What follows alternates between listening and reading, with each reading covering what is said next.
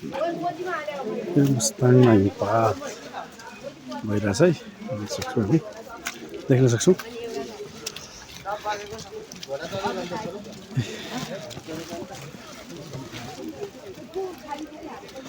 यसरी हिमपात यो मुस्ताङको मुक्तिनाथ क्षेत्र हो। तपाईँ देख्न सक्नुहुन्छ है, बाटो अस्तव्यस्त छ, गाडीहरू के भन्दा रोडमा चिप्लिएर हुनसक्छ, सायद सुरक्षित हुनुपर्छ। हामी देख्न सक्छौँ हिमपात हेर्नुहोस् है।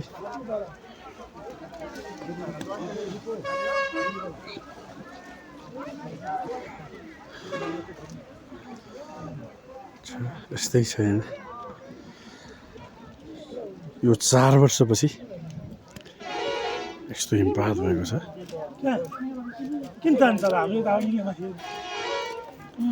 अझै हिमपात पर्ने क्रम जारी छ, परिरहेको छ।